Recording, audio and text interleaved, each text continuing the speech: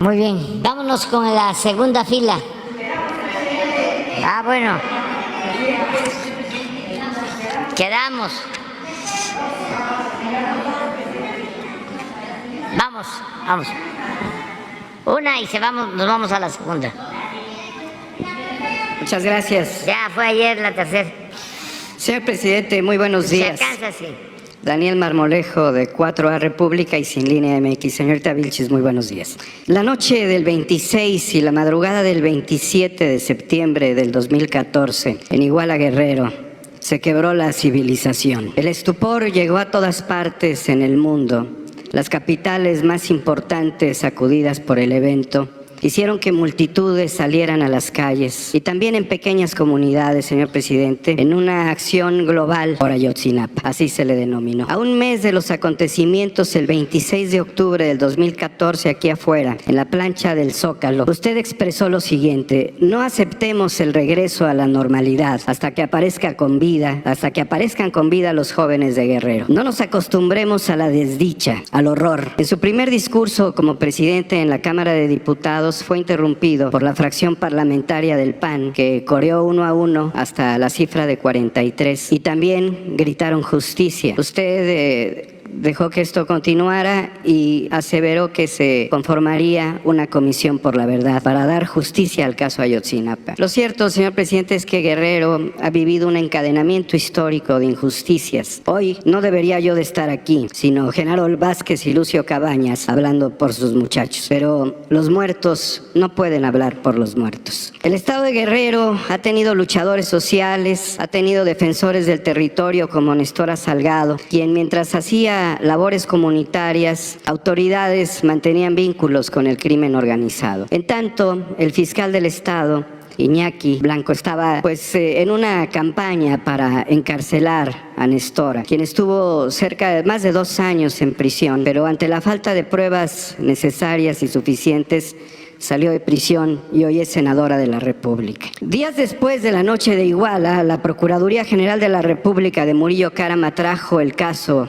Sin embargo, durante todo ese tiempo sucedieron una serie de acontecimientos de destrucciones de evidencias. Fueron borrados los videos, incluso del Palacio de Justicia. Elementos clave que nos llevarían a la conclusión de lo ocurrido desaparecieron. ¿Cuál era la necesidad de Tomás Herón y de Murillo Karam de borrar o de proteger a esas autoridades a través de una serie de maromas que llevaron a la construcción de una verdad histórica, señor presidente? Su compromiso y el de la COBAG, las investigaciones del GIEI desde el 2015, la infatigable labor del subsecretario Alejandro Encinas, el trabajo dedicado de la Unidad Especial para la Investigación y Litigación del caso, nos lleva a un punto muy cerca de la justicia, lo que usted ofreció y la consigna popular y planetaria. El exfiscal de Guerrero, Iñaki Blanco, dice que el abogado de los padres de los normalistas no los representa. ¿Acaso él querrá postularse como su abogado? El mismo señor Iñaki Blanco, quien aplaude el avance de las investigaciones, amenaza con demandar al exfiscal del caso Ayotzinapa, Omar Gómez Fierro, a quien señala como tonto útil y fiscal carnal. Lo cierto es que el mismo Iñaki Blanco irá en la defensa del exgobernador Ángel Aguirre, atacando justamente al abogado de los padres. Entonces queda claro que el fiscal carnal es Iñaki Blanco. En una entrevista con los periodistas, Alejandro Encinas,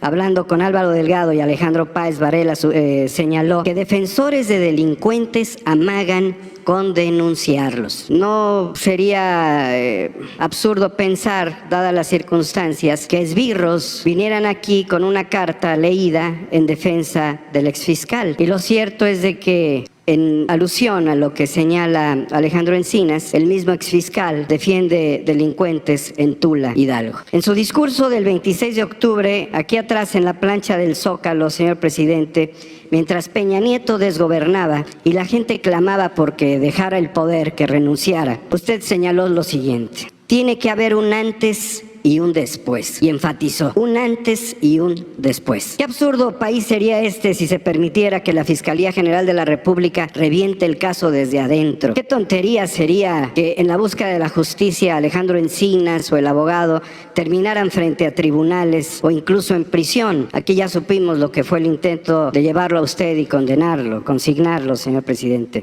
El 20 de noviembre del 2014, minutos antes de que los contingentes que se trasladaban desde el Ángel de la Independencia hacia el Zócalo capitalino entraran a esta plancha del Zócalo y que Miguel Ángel Mancera apagara la luz para iniciar una represión, habiendo aquí en el techo del Palacio Nacional, apostados, observando a las multitudes francotiradores. Los padres de los normalistas ingresaban por las calles y una voz desgarrada desde un megáfono exclamó lo siguiente: queremos que nuestros hijos sean la semilla de una nueva revolución, aunque no los volvamos a ver, aunque no los volvamos a abrazar, aunque no los volvamos a sentir. Señor presidente, usted ha hecho un compromiso con los padres para la reactivación de las órdenes de aprehensión. Quisiera yo saber, a estas alturas y en la búsqueda de la justicia, si la vamos a alcanzar próximamente. Muchas gracias por su comentario. Sí, se ha ido avanzando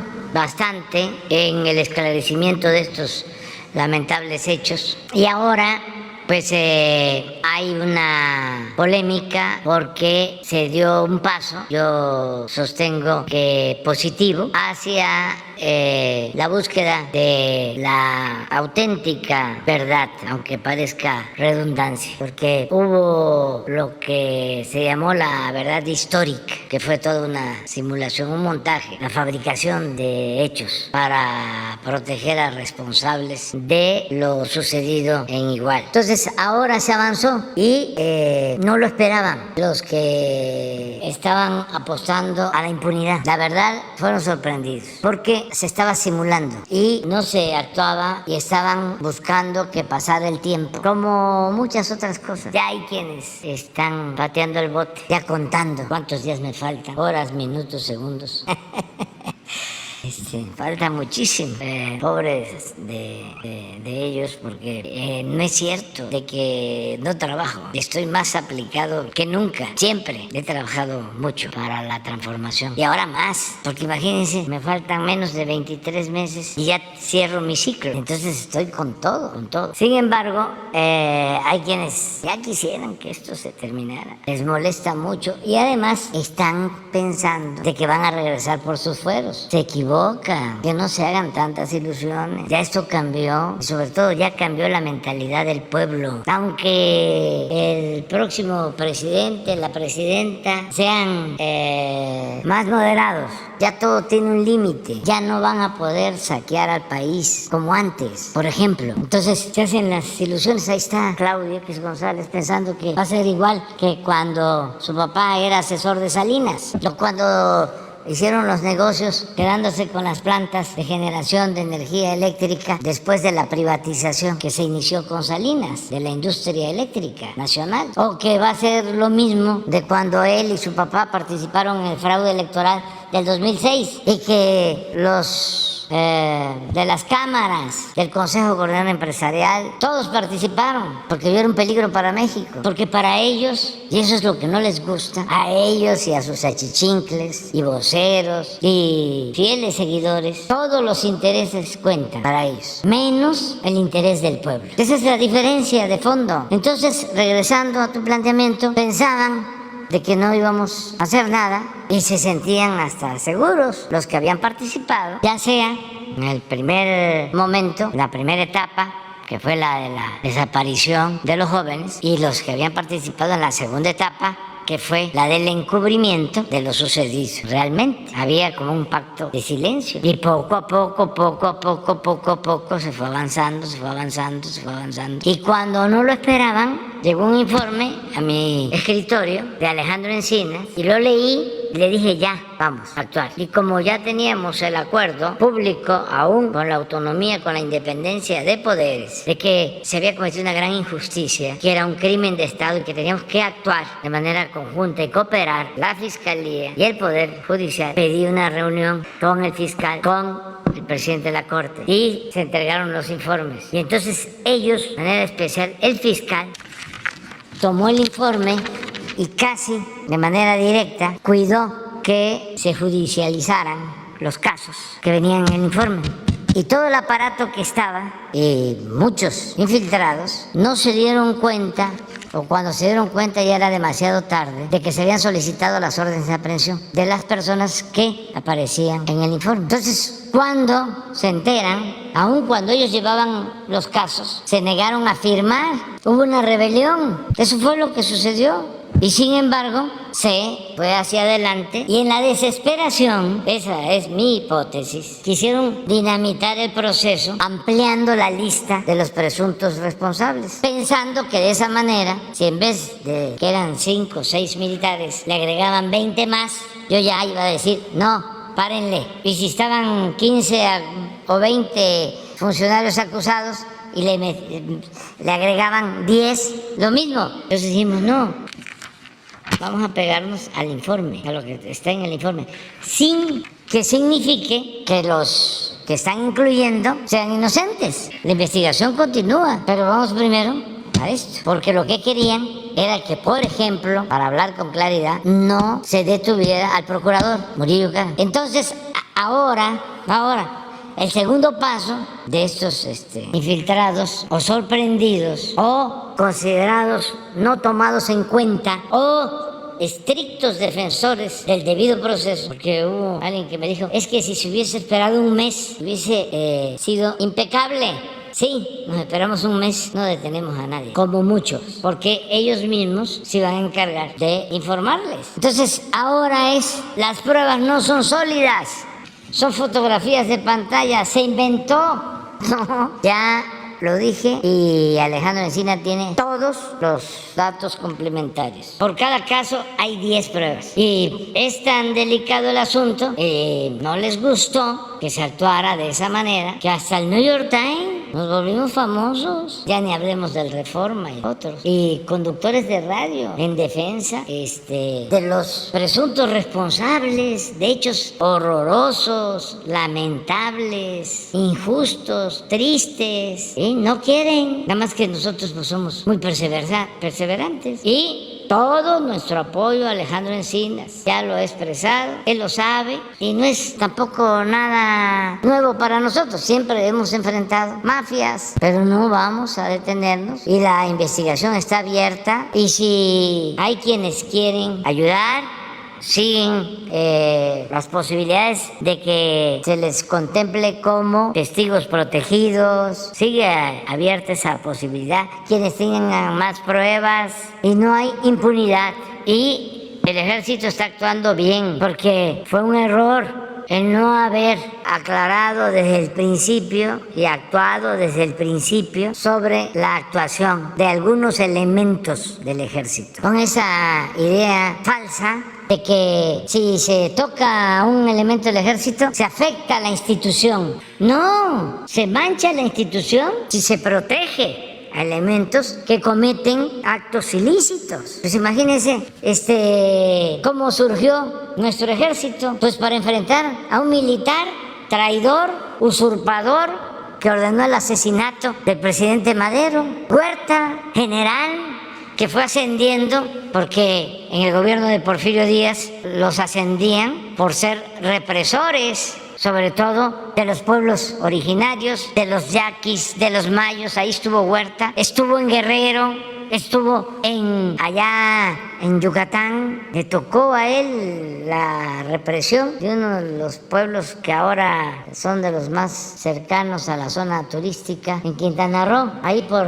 Playa del Carmen, Acumal. Ahí llevó a cabo una represión, quemó el pueblo, estuvo con los yaquis. Él le escoltó a Porfirio Díaz. Cuando renuncia Porfirio Díaz y se va a Veracruz a tomar el Ipiranga, al exilio, él encabeza la escolta. Era militar, general, Y el día 19 de febrero, cuando detienen al presidente Madero y al vicepresidente Pino Suárez, y también al general Felipe Ángeles, Huerta manda un telegrama a todos los gobernadores diciéndole, no, el 18 de febrero, en la tarde, diciéndoles, me nombró el Senado presidente de México. Lo más triste, por eso cuando se habla de traiciones, que ya traicionó la causa nuestra, que ya escribió en contra, que ya declaró en contra, que ya nos traicionó. No es nada para las grandes traiciones que han habido en la historia de nuestro país. Cuando se busca transformar, todos los gobernadores, casi todos, que eran maderistas, se quedaron callados y casi todos contestaron el telegrama actuando de manera rastrera. El único gobernador que dijo no, Venustiano Carranza, gobernador de Coahuila. Y al día siguiente el Congreso de Coahuila, porque don Venustiano, que dicho sea de paso, se pensaba que tenía mucha edad, pues no, era más joven que yo, como también don Adolfo Ruiz Cortines, ¿no? Que decían el viejito, pues no, era más joven que yo. Don Venustiano envía al Congreso la solicitud para el desconocimiento del usurpador y para la integración del ejército. Y al día siguiente sale el decreto. ¿Por qué el día 19 de febrero se conmemora el Día del Ejército? Por eso, ¿cómo surge nuestro ejército? Para enfrentar a un militar traidor. Entonces, imagínense el error que se comete si unos soldados oficiales actúan de manera desleal, cometen delitos y se les protege. Por eso está actuando muy bien el ejército ahora, porque los que están en el informe están detenidos. Y como todos los que están sujetos a procesos tienen posibilidad de aclarar y de defenderse y de demostrar su inocencia, porque ya no es el mátalos en caliente, está prohibida la pena capital,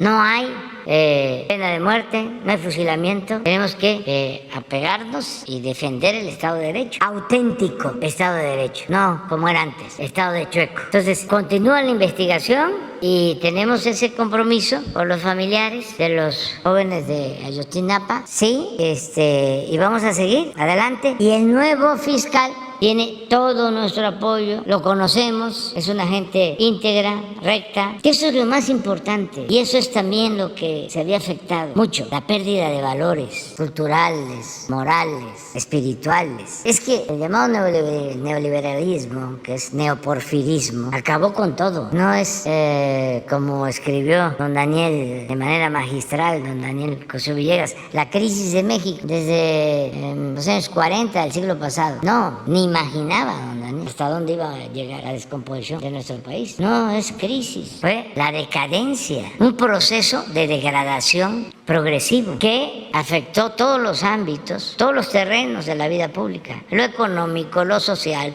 lo político, lo moral, todo. ¿Y cómo enfrentar eso? Pues solo con una regeneración, una transformación de fondo. Y eso es lo que se está haciendo, desde luego. Pues a muchos no les parece, no les gusta. Y siempre lo he dicho. Unos porque sí, ya no ganan lo mismo. No es que estén perdiendo o pierden privilegios, pero ya no están obteniendo ganancias desmedidas o robando a manos llenas. Esos están molestísimos.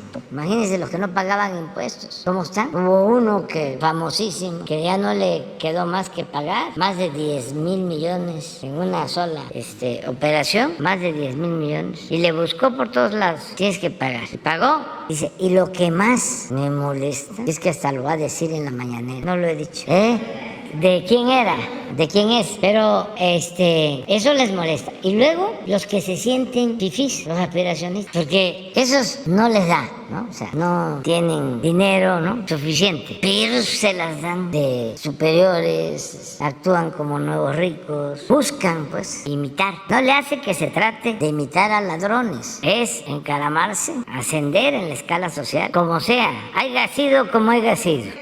Los de ahí, de la fiscalía, seguramente. ¿Mande? No sé exactamente, pero sin duda fue sorpresivo. Pues si se tienen pruebas, sí. Si se tienen pruebas, sí. Pero sin duda fueron sorprendidos. Y nos reunimos, pasaba el tiempo y yo estaba pidiendo cuentas. A ver, y empezó la rebelión. Ninguno. Porque faltan órdenes de aprehensión. Acaban de detener a 2 más. Pero ellos sí tenían órdenes de aprehensión de tiempo atrás. Y sigue la solicitud a Israel para la extradición de Cerón. Ahora, fíjense, el New York Times defendiendo a Cerón. ¿El New York Times o qué gobierno? Sería buenísimo que el New York Times diera a conocer su fuente. Por eso, pues, hay decadencia en el periodismo y en la política en el mundo por falta de ética y de autoridad moral. ¿Y qué hacen? Nada. Y estoy esperando lo de si van a liberar al pajarito, porque todavía no he visto nada. Solo que quieren cobrarlo. Sí, nada más que nos tiene que dar primero una prueba de que va a ser un medio confiable y con ética. Sí, eso es comprensible, de que no cambie así de la noche a la mañana, tiene que llevar tiempo. Pero él como es empresario debe saber de que primero hay que demostrar de que lo que se ofrece es de calidad. Primero hay que demostrar eso y no querer meter al mercado un producto chatarra y cobrarlo caro. Es como los gobiernos, y él lo debe saber. Un gobierno que tiene dificultad porque no le alcanza el presupuesto y necesita aumentar los impuestos, lo más aconsejable es que primero demuestre de que va a haber honradez y que va a haber austeridad. Y una vez que ese gobierno se apriete el cinturón, entonces si con lo que ahorró por no permitir la corrupción, por no permitir los lujos en el gobierno, no le alcanza, pues entonces sí, se le habla a los ciudadanos. Hemos hecho todos estos esfuerzos y necesitamos que nos ayuden un poco más, pero sin combatir la corrupción y con los lujos del gobierno, con gastos onerosos, excesivos, y pedir aumento de impuestos, pues eso es un insulto. ¿Se acuerdan cómo le hacían antes? Decían, es muy doloroso, es muy triste, muy doloroso, pero nos tenemos que apretar el cinturón. Y se apretaba el cinturón al pueblo, ¿no? Porque ahí venían los aumentos de impuestos y todo. Y el gobierno seguía en manos de saqueadores y con lujos y privilegios para los altos funcionarios públicos, ¿sí? Con todo. Entonces ahora, pues no le hace pagar, pero a ver, primero, pues una tregua de 1 año que demuestre que ya se limpió Twitter, que ya no hay bots, que ya no se engaña a nadie, que hay transparencia, que es una regla de oro de la democracia, que hay libertades, que no se va a censurar a nadie, que va a haber objetividad, profesionalismo, se va a hablar con la verdad o se va a transmitir lo que es cierto, garantizando el derecho a todos a expresarse, a manifestarse, no censurar. Entonces sería un cambio importantísimo. Lo puede hacer el señor porque se ve que tiene arrojo. Claro que es para gente grande. Ayer, por ejemplo, se vota en la ONU y vuelve lo mismo. 185 votos para que se quite el bloqueo y 2 en contra y ejercen derecho de veto. 185 contra 2 y va a seguir el bloqueo porque estos 2, creo que uno tiene derecho de veto, que es Estados Unidos. Pero es una vergüenza. ¿Dónde está la grandeza? ¿Dónde está la política de altos vuelos? No, eso es muy tradicional, retrógrada. ¿Cómo en estos tiempos vamos a estar apostando a retrogradar? Si son tiempos de cambio. De todas maneras fue muy bueno porque son 185 países. 2 en contra y 2 abstenciones. 2 abstenciones, una Brasil y Ucrania. Con todo respeto, ¿qué tiene que meterse? Sí, o sea, es de veras poca sensibilidad política.